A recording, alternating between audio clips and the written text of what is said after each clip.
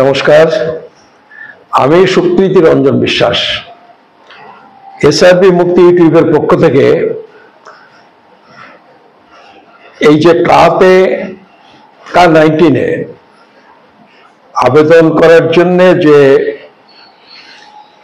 বিভিন্ন রকমের তোড়জোড় চলছে, একটা প্রচার চলছে যে প্রচুর মানুষ লাইন দিয়ে আবেদন করছেন, ইত্যাদি ইত্যাদি।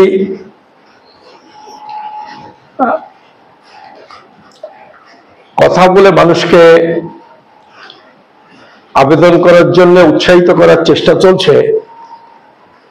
আমি এইসব নিয়ে আপনাদের আজকে এই ভিডিওতে দু একটা কথা বলবো।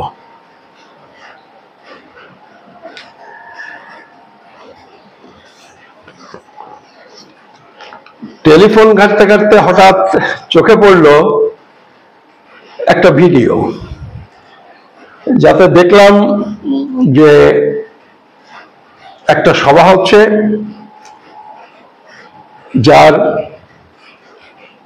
মঞ্চ আলোকিত করে বসে আছেন আমাদের লোককবি অসীম সরকার। তার ডান দিকে বাদিকে পেছনে আরো কিছু মানুষ ঘোরাফেরা করছেন, যারা আমার পরিচিত, আমি চিনি। এই হৃদয়পুর এলাকাতে তারা থাকেন। তার মধ্যে একজনকে ছবিতে দেখে আমি চিনতে পারলাম, তার নাম বিজয় ঘরামি। আরেকজনকে চিনতে পারলাম, যিনি দীনবন্ধু বিশ্বাস।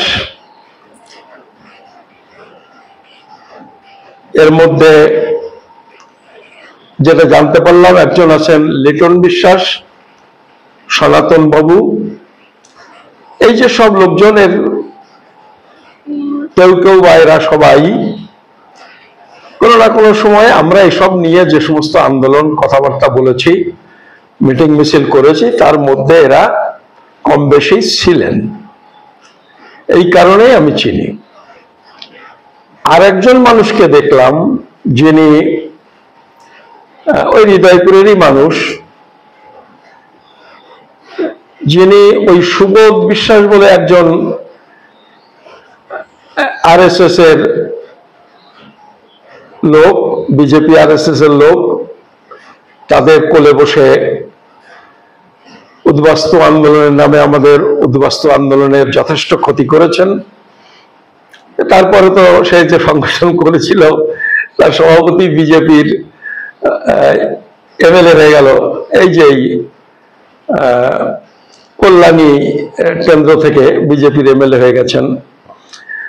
কি রায় যেন বলতেন, যে সুপ্রিম কোর্টে প্র্যাকটিস করেন, এইসব বলে বেড়াতেন। আসলে আমরা জানতাম যে উনি দিল্লির ওই 30 হাজারি যে লোয়ার কোর্ট আছে, ওখানে ওকালতি করতেন। কি রায় যেন নামটা এই মুহূর্তে ভুলে যাচ্ছি। অসীম সরকার, সেও ওদের সাথে ছিলেন। সেইভাবে এই লোকটিও ছিলেন। এই লোকটি দীর্ঘদিন থেকে আমরা জানি তিনি একটা রেপ মার্ডার কেসের আসামি। শেষ পর্যন্ত সেই মামলা এখনো চলছে না 1-2 বছর আগে তার কোনো ফয়সালা হয়েছে আমি জানি না। তার বিরুদ্ধে রেপ মার্ডার কেসের আসামি, এবং ওই অঞ্চলের মানুষ সবাই বলেন যে কোর্টে প্রমাণ হতে গেলে তো অনেক কিছু লাগে। গরিব মানুষ, ছোট বাচ্চা মেয়েকে রেপ করে মার্ডার করেছেন, তার মা বাবা দেশে থাকে না, বাংলাদেশে থাকে, কেস ঠিক মতো করতে চালাতে পারছেন না, ফলে বেকসুর খালাস হলেও হতে পারেন। কিন্তু মানুষের দৃঢ় বিশ্বাস, এলাকার মানুষের, তিনি আসলে অপরাধী, রেপ মার্ডার কেসের অপরাধী। তাকেও দেখলাম ওই যা আছে ঘোরাফেরা করছেন। আমি এই কথাগুলো বলছি বললে আবার বলবে আপনার নামে কেস করব, এটা করব, এটা করব, এগুলো হবে। কিন্তু তবুও কথাগুলো বলছি যে এই পরিচয়টুকু পেলে সাধারণ মানুষ বুঝতে পারবেন যে তাদের উপর কতটা ভরসা করা যায় কি যায় না। এই জন্যই আমি এই কথাগুলো বলে নিলাম। আমি অন্য কজনের কথা বলছি না। আমি বিজয় ঘরামি, দীনবন্ধু বিশ্বাস, সনাতন বাবু, লিটন বিশ্বাস, তাদের সম্পর্কে ওই কথাগুলো বলছি না। তারা জানি না কেন এরকম একটা কাজের সাথে যুক্ত হয়ে গেছেন। আগে বিভিন্ন বিষয়ে আমার সাথে আলোচনা করতেন, কিন্তু এইটা করার সময় বা করার পরে আর আলোচনা আমার সাথে করেননি। তো এদের উদ্যোগে একটা সভা হয়েছে, ঠিক কোন জায়গায় হয়েছে তা আমি বুঝতে পারলাম না ওই মিটিং এর ওই যে ভিডিওটাতে। তবে দেখলাম যে ব্যানার টাঙানো আছে বাঙালি ঐক্য মঞ্চ, এটা বানিয়ে নিয়েছে। ব্র্যাকেটের মধ্যে লেখা আছে যে ওইটা একটা হিন্দু বাঙালি সংগঠন। সব হচ্ছে আনটাচেবল কমিউনিটির লোক, শিডিউল কাস্ট। এদের হিন্দুরা হিন্দু বলে মানে না, কিন্তু এরা সব হিন্দু বাঙালি সেজে গেছেন। তো যাই হোক, এরা এই সভাটা করেছেন। তো এখন এই সভাটা সম্পর্কে আমি আপনাদের দুই চারটে কথা বলবো, বলা দরকার বলেই আমি বলবো। এর মধ্যে একটা বিষয় একটুখানি বলি যে কয়েকদিন আগে একজন বিজেপির এই রাজ্যের মাঝারি গোছের নেতা, ছোট মাঝারি গোছের নেতা, জেলার নেতা, উত্তর 24 পরগনা, তিনি আমাকে বলছিলেন যে ওই যে লোকগুলো, এই যে নামগুলো বললাম, এরা মানুষকে ওই নাগরিকত্ব পাওয়ার জন্য খুব সাহায্য করছেন, ধরে ধরে এনে দরখাস্ত করার সব ব্যবস্থা করছেন। এই সব ছাপোষা মানুষ, সব কাজকর্ম ফেলে এইসব করছেন। মানে যে কোনো মানুষের সাধারণভাবে মনে হয় যে এর মধ্যেও হয়তো একটা ইকোনমিক ইন্টারেস্ট থাকলেও থাকতে পারে, আমি আছে বলছি না। কারণ এদের তো আমরা চিনি, সমাজের কাজ করার জন্য এরা ওই হৃদয়পুরে অনেকে আছেন যারা অনেকটা বেশি সময় দেন। তারা যখন ডাকেন এদের, কখনো কখনো এরা থাকেন। মানে একেবারে এতটা উদ্যোগী হয়ে সমাজের কাজ করার লোক এরা নন, কিন্তু এরা থাকেন থাকেন আমি এটা বলছি না। একটা আম্বেদকর হৃদয়পুর মিশন আছেন, সেইটাকে ঘিরে কিছু কাজকর্ম, কিছু মিটিং, কিছু সময় তারা দেন। কিন্তু এই ব্যাপারে যেভাবে উঠে পড়ে লেগেছেন, সেটা দেখেই আমার মনে হচ্ছে যে এরা তো আমার মতো ছাপোষা মানুষ, আপনার মতো ছাপোষা মানুষ। এত সময়, এত উদ্যোগ, আয়োজন, বুড়ো বয়সে এসে সারা জীবনে যা করেননি। কিছু মানুষ আছেন যারা বরাবর করেন, তাদের কথা আলাদা, এদের কথা আমি বলছি। এরা লোকগুলো খারাপ তা বলছি না, কিন্তু কিছু একটা ঘটেছে বলে আমার অনুমান, আমি অনুমানের কথা বলছি। কিন্তু তার সাথে ওই লোকটাকে ওরা যোগ করে নিয়েছেন। ওই লোকটাকে কিন্তু এরা এর আগে পছন্দ করতেন না, এটা আমি জানি। ওর সংগঠনের সাথে কখনো এরা মিশতেন না, এটাও আমি জানি। তা আমি একটা ঘটনার কথা বলি। আমি একদিন বোধহয় মাস তিনেক আগের কথা বলছি, আমি গেছিলাম একটু গাড়িতে করে কিষানগঞ্জ। ওখানে একজন কংগ্রেসের এমপি আছেন, কিষানগঞ্জ, বিহারের কিষানগঞ্জ লোকসভা কেন্দ্রের এমপি। তিনি আমাদের মানে আমাকে বলেছিলেন যে এই ব্যাপারে, এই যে উদ্বাস্তুদের নাগরিকত্বের ব্যাপারে উনি আমাদের কিছুটা হেল্প করার চেষ্টা করবেন। তিনি এখন ওই কংগ্রেস দলের লোকসভার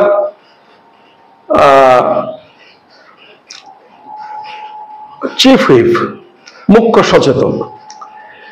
তো আমরা তো যারাই আমাদের একটু সহযোগিতার কথা বলে তাদের কাছে যাই, চেষ্টা করি, বলি। ওই কারণে তিনি বলেছিলেন যে দিল্লি দেখা না করে আমার বাড়িতে দেখা করলে একটু দীর্ঘক্ষণ ধরে কথা বলার সুযোগ পাবে। তাই ওর বাড়িতে কিষানগঞ্জে গেছিলাম, গাড়িতে করেই গেছিলাম। যাওয়ার সময় আরো 2-3 জনকে সাথে করে নিয়ে গেছিলাম। তো আমি সামনের সিটে বসেছিলাম, পিছনের সিটে ওই যে 3 জন বসেছিলেন তার মধ্যে একজন আমার বন্ধু। তিনি এক সময় দেখি টেলিফোনে কথা বলছেন কারোর একজনের সঙ্গে। তো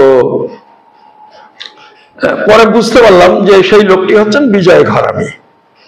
এই যে বিজয় ঘরামির কথা বললাম, যারা এই বাঙালি ঐক্য মঞ্চ করেছেন, তো তার সঙ্গে কথা হচ্ছিল।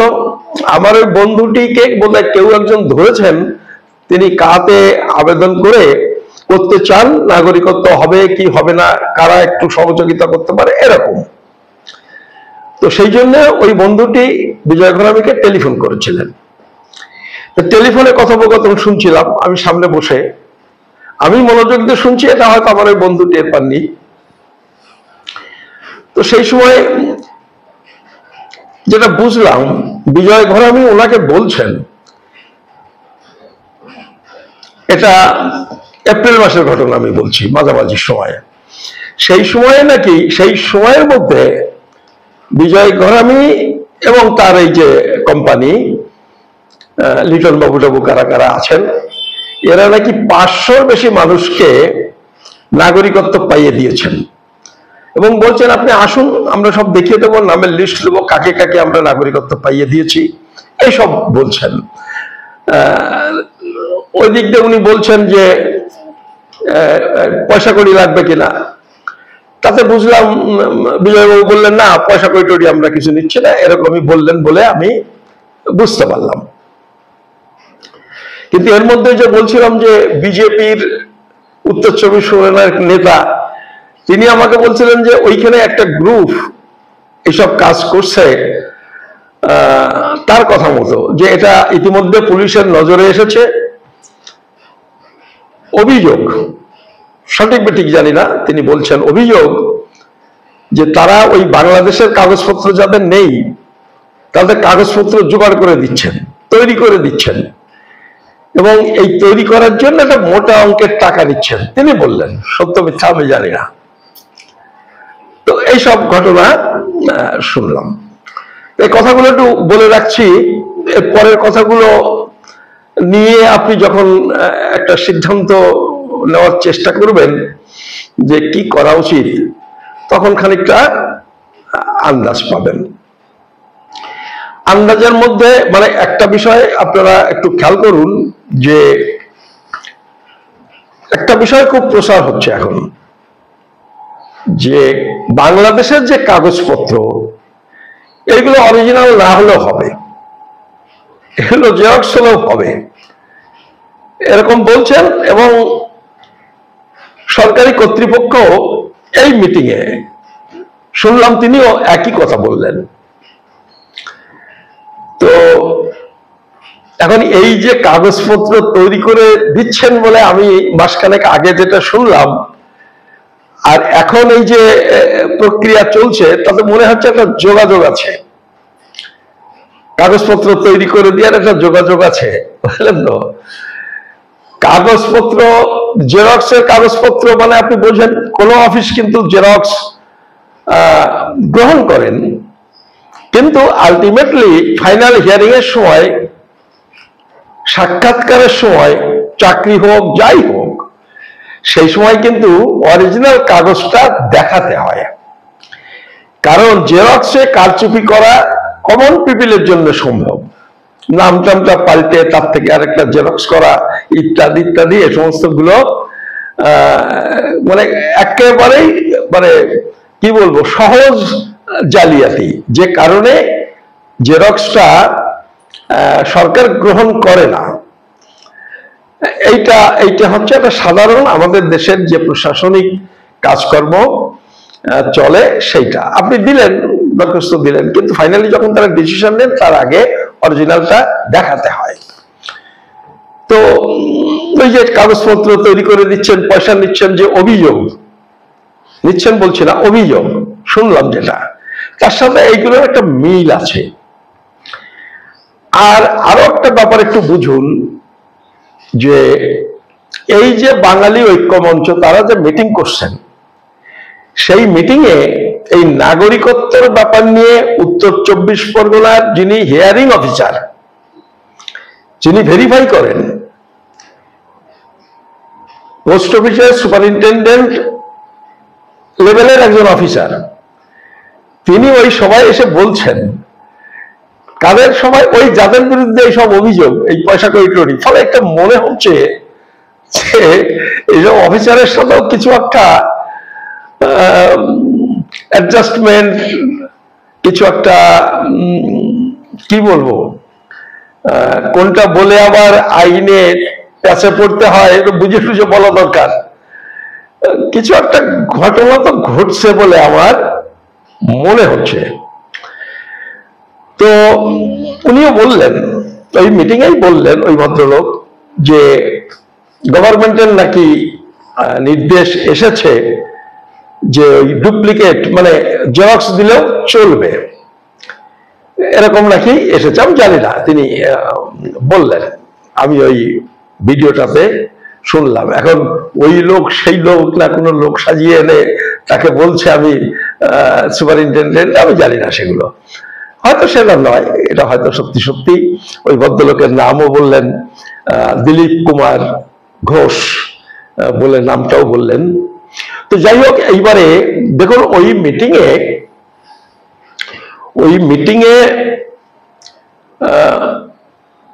ওই যে দিলীপ কুমার ঘোষ, যিনি হিয়ারিং অফিসার, যিনি স্ক্রুটিনি করেন, ভেরিফাই করেন, কাগজপত্র করে রেকমেন্ড করেন নাগরিকত্বের জন্য, সেই ভদ্রলোক বলছেন যে তিনি উত্তর 24 পরগনাটাই দেখেন বলে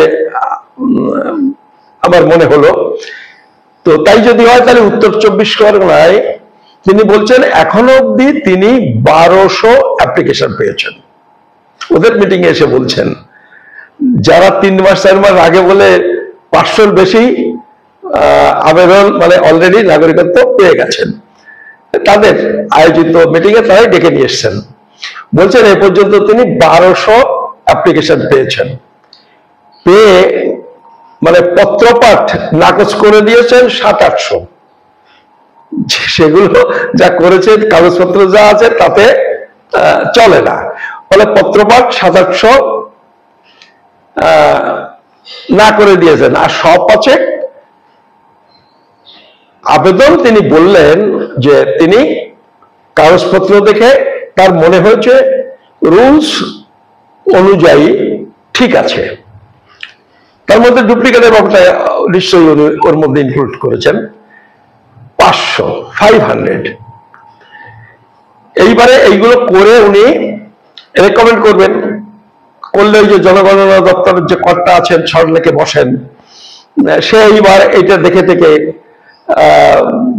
এইটাকে নাগরিকত্ব দেবেন কি দেবেন না ডিসিশন নেবেন, মঞ্জুর না মঞ্জুর হওয়ার ডিসিশন নেবেন। আমি জানি না তারপরে তার আবার তারও হায়ার অথরিটির কোনো অনুমোদন লাগে কিনা, মানে তিনি সেখান থেকে পাঠালেন, অনুমোদিত হয়ে আসতে দিলেন, এরকম ব্যাপারটা আমি জানি না। যাক, তিনি ধরে নিলাম তিনি আবার সেটাকে দেখে শুনে পরীক্ষা করে মঞ্জুর বা না মঞ্জুর করবেন। তা এই মিটিং এর মধ্যে আবার এই দিলীপ কুমার ঘোষ হঠাৎ প্রশ্ন করে বসলেন, মনে হলো 150-200 লোক আছে, মানে ক্যামেরাটা এমন ভাবে ঘুরিয়ে নিয়ে গেল খুব পরিষ্কার বুঝতে পারলাম না, তাতে মনে হলো 150-200 লোক আছেন। উনি হঠাৎ বললেন যে এখন অব্দি কারা কারা পেয়েছেন হাত তুলুন, এরকম করে। তাতে আমার নজরে পড়লো 4-5টা হাত উঠেছে যারা নাগরিকত্ব পেয়েছেন। এইটা এই যে যারা বলছেন এই একটা চক্রই, একটা গ্রুপ, তারাই কিন্তু ঘটনা প্রচার করছেন পশ্চিমবঙ্গে যে আমরা করে দিচ্ছি অমুক তমুক। সেটা হচ্ছে এই বিজয় ঘরামি, লিটন বিশ্বাস, এদের যে এই যে গ্রুপটার কথা আমি বললাম, যার মধ্যে আবার ওই যে রেপ মার্ডার কেসের সেই ভদ্রলোকটাও আছে আমি দেখলাম। তো এখন এর সাথে আমি আপনাদের বলছি আরেকটু মেলান। দেখুন 31,313 জন ওই জেপিসি রিপোর্টে লিখেছিল যাদের এলটিভি দিয়েছে। এলটিভি মানে লং টার্ম ভিসা দিয়ে স্বরাষ্ট্র দপ্তর তার সেক্রেটারি জেপিসিতে বলেছিল যে ইমিডিয়েট বেনিফিশিয়ারি হবে এই 31,313 জন, এটা বলেছিল 31,313 জন। এবং কার্যত কি হয়েছে দেখুন, কার্যত আপনি নেট খুললেও দেখতে পাবেন, মানে আমার কথা সবসময় আমি যা বললাম সেটা মেনে নেবেন, আমি এ দাবি করছি না, নেট খুলে দেখে নেবেন যে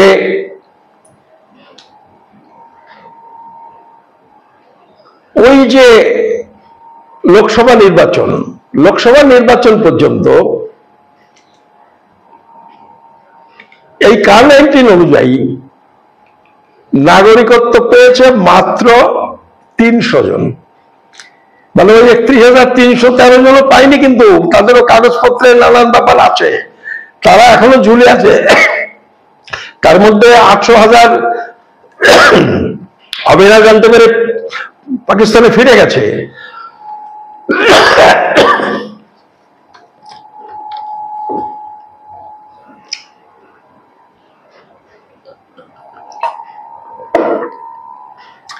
পেয়েছেন কতজন তাহলে? লোকসভা ইলেকশনের আগ পর্যন্ত 300 জন। এলটিভি ভিসা নিয়ে আছেন, জেপিসিতে বলেছে এরাই হবে ইমিডিয়েট বেনিফিশিয়ারি, 31,313 জন পাইছে 300 জন। আর তার মধ্যে 800 জন দেখবেন নেটে তারা ফিরে গেছে, তাদের কাগজপত্রের টুকটাক ত্রুটির জন্য তারা পাননি। তারপরে আরো, এটা 2 বছর 1.5 বছর আগের কথা বলছি, আরো নিশ্চয়ই অনেকে ফিরে গেছেন, আবার হয়তো 300 জায়গায় আরো 200 পেয়ে থাকতে পারেন। যত বেশি পান, এই এপ্রিল মাসে কিন্তু স্বরাষ্ট্রমন্ত্রী বলছে হাজারো লোক, লোকসভা এই রাজ্যসভাতে বলেছে হাজারো লোক নাগরিকত্ব পাইছে, মানে 1-1.5 পার হয়নি এই এপ্রিল মাস পর্যন্ত। ওটা অধিকার হিসেব বললাম। আমাদের শান্তনুবাবু কি বলছেন? শান্তনুবাবু দেখবেন পরশুদিনের কাগজ, শান্তনুবাবু বলেছেন যে মতুয়া আছে 3 কোটি, মানে 2 কোটি ভোটার বলেছে, তারপর 3 কোটি মতুয়া আছে। গল্পের গরু গাছে ওঠে। পশ্চিমবঙ্গে গোটা নমো, পুরো নমো হচ্ছে 50 থেকে 70 লক্ষ, তার তো অর্ধেকটাও মতুয়া না। কিন্তু উনি বলছেন যে মতুয়া 3 কোটি, কেউ 5 কোটি, মানে এর কোনো সীমা নেই। সে যা হোক, তো বলছেন যে মতুয়া আছে, কাগজে যেটা লিখেছে সেটা মতুয়া ভোটার 2 কোটি। আমি বলছি মতুয়া আছে তাহলে মোটামুটি 3 কোটি, কারণ 2 কোটি মানে তো 18 বছরের নিচের লোক তার ভোটার তালিকার নাম ওঠেনি। তো 3 কোটি মতুয়া। উনি বলছেন আবেদন করেছেন ঠাকুরনগরেই 10,000, মানে 10,000-এর হিসেব উনি জানেন। কোথায় আবেদন করেছেন কে জানে, ওই নাংলার বিলে না চান্নার বিলে, সেও তো আমি জানি না। আবেদন যেখানে করতে হবে সে বলছে এ পর্যন্ত পেয়েছি মোট 1200। আর শান্তনুবাবু বলছেন 10,000 তো ওনার ঈদে হয়েছে, কিন্তু 100 লোক নাগরিকত্ব পেয়েছে, সেটাও শান্তনুবাবু বলেছে। 100 নাগরিকত্ব পেয়েছে, 10,000 অ্যাপ্লাই করেছে, 3 লক্ষ মতুয়া, এই 3 কোটি মতুয়া। বুঝতে পারছেন অবস্থাটা? এই সব চলছে। মানে আমি এই কথাগুলো বলছি এই কারণে, এই সব অসংলগ্ন কথা এবং তথ্যে বুঝতে পারছেন যে তারা যেটা বলছে তার উপরে ভরসা করা যায় না। এই সংখ্যার উপরে না, এই আবেদন করে কি হবে কি না হবে তাতেও ভরসা করা যায় না। আমি বলছি যাদের উপর ভরসা করা যায় না তাদের কথাতে আপনার পরিবারের ভবিষ্যৎ কি হবে, মানে একটা চরম বিপদেও পড়ে যেতে পারেন। পড়বেন আমি বলছি না, চরম বিপদেও পড়ে যেতে পারেন। ফলে এরকম ডিসিশনটা আপনারা নেবেন না, একটু ওয়েট করুন, দেখুন। এসব একটা কি বলবো, এগুলোকে যা বলবো তাই বললে সবই তো আমাদের লোক, এরা ভালো লোক না একটাও। লোক ভালো হলো, ভালো কাজকর্ম এরা করছে না, খারাপ কাজকর্মের সাথে যুক্ত হয়ে গেছেন এরা।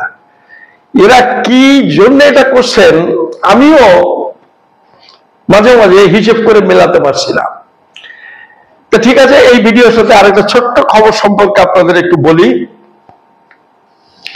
সেটা হচ্ছে স্বপন মজুমদার, এই যে বনগাঁ দক্ষিণের এমএলএ স্বপন মজুমদার, বারাসাত লোকসভাতে বোধহয় দাঁড়িয়েছিলেন, খুব বিখ্যাত লোক, গুরুত্বপূর্ণ লোক। তিনি বলছেন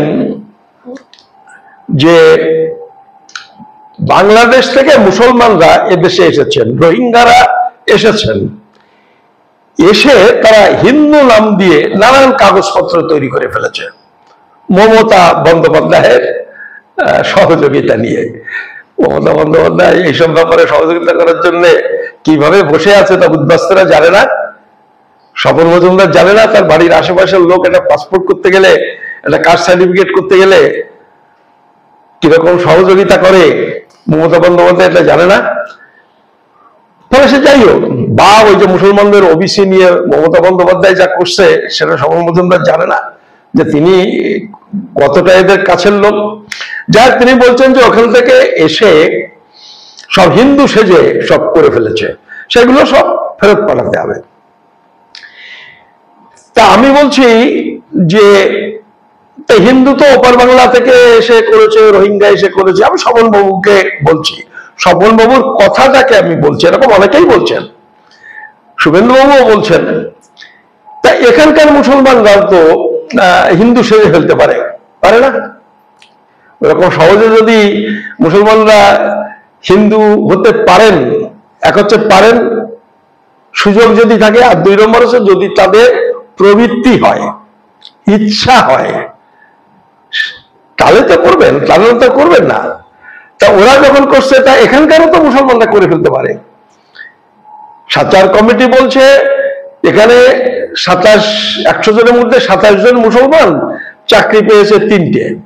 তা হিন্দু হলে তো আর এই দুর্দশা হয় না। সাচার কমিটি বলেছে পশ্চিমবঙ্গে 200 জন মুসলমান চাকরি পেয়েছে একটা, মানে 100 জনে একটা তো হয় না, আর আটখানা তো মানুষ হয় না। সেই জন্য উল্টো দিক দিয়ে বলছি, 200 জন মুসলমান চাকরি একটা। এইরকম দুর্দশা মুসলমান হওয়ার জন্য তার থেকে হিন্দু হয়ে গেলে তো অনেক সুবিধায়, তাই না? কিন্তু হয়েছে কি কেউ? হয়নি। তা ঠিক আছে, সে মুসলমানদের কথা নাই, বাদ দিলাম। স্বপন মজুমদারের বাড়ি কোথায় ছিল? তার বাপের বাড়ি কোথায় ছিল? তার ঠাকুরদার বাড়ি কোথায় ছিল? শুধু স্বপন মজুমদার না, স্বপন মজুমদার, সুকৃতি বিশ্বাসরা, যত এই উদ্বাস্তুরা সব তো ওপার বাংলায়। গল্প তো এখানে পশ্চিমবঙ্গের লোকে শোনেন, গোয়াল ভরা গরু, পুকুর ভরা মাছ, তাই না, বিলে কই মাছ।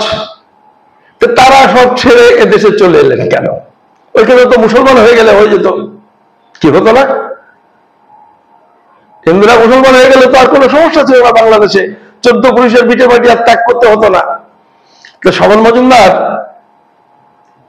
দাদা একবারও কি ভাবেন যে আপনি অনিশ্চিত ভবিষ্যতের পথে, আপনি, আপনার স্বজাতি, আপনার পূর্বপুরুষেরা, তারা অনিশ্চিত ভবিষ্যতের পথে পা বাড়িয়েছেন, তবুও কিন্তু ধর্ম পরিবর্তন করেননি। তা আপনি ধর্ম পরিবর্তন করেননি, যে ধর্ম আপনাকে মর্যাদা দেয় না, আপনাকে আনটাচেবল বলে। এখানে এসেও দেখেছেন শিডিউল কাস্ট, শিডিউল ট্রাইবদের অবস্থা কি। রাজস্থানে দেখেন পায়ে দড়ি বাঁধছে আর জীবের পিছনে দড়ি বাঁধছে, টেনে নিয়ে বেড়াচ্ছে। উত্তরপ্রদেশ, বিশেষ করে আমি বলছি আপনাদের পার্টির যেখানে ডাবল ইঞ্জিন সরকার, দেখুন কিভাবে আপনার মতো হিন্দু যারা, নিচু জাতের হিন্দু যারা, অস্পৃশ্য যারা, তফসিলি জাতি আদিবাসী যারা, তাদের উপর কি অত্যাচার হয়, তা সত্ত্বেও আপনি সেই ধর্ম ছাড়তে চান না। আর মুসলমানরা মুসলমান ধর্ম ত্যাগ করে, রোহিঙ্গারা মুসলমান ধর্ম ত্যাগ করে এখানে এসে হিন্দু হয়ে যাবে? রোহিঙ্গাদের তো রোহিঙ্গা হতে হয় না, তারা ওখানে বুদ্ধিস্ট হয়ে গেলে তো হয়েই যেত, তাহলে তো তাকে দেশ ত্যাগই করতে হয় না। কিন্তু রোহিঙ্গারা তো কোনোদিন তাদের ওই ধর্ম ত্যাগ করার কথা বলেনি, সেগুলো করলে তাদের তো এইভাবে উদ্বাস্তু হতে হতো না। তাহলে এখানে এসে কেন তারা ধর্ম পরিবর্তন করবে? ফলে এইগুলো আপনি বুঝুন। আর এই ভিডিও যারা শুনছেন তারা বুঝুন যে এই লোকগুলো যা বলছে, এই কথাগুলো অসঙ্গত, যুক্তিহীন, একেবারে ফালতু কথা। এই লোকগুলো ফালতু ছিল না, বিজেপির খপ্পরে পড়ে এই লোকগুলো একেবারে একটা ফালতু লোকে পরিণত হয়েছে এবং এদের মাধ্যমে গোটা সমাজটাকেই একটা ফালতু মানুষের সমাজ হিসেবে প্রতিষ্ঠিত করবার জন্য বিজেপির যে চক্রান্ত, এরা সেই কাজে সহযোগিতা করে যাচ্ছে। আপনারা এইগুলো একটু বুঝে সুঝে নিজের মাথার বুদ্ধি খাটিয়ে চলুন, এই আবেদনটুকু করবার জন্য আমার এই ভিডিও।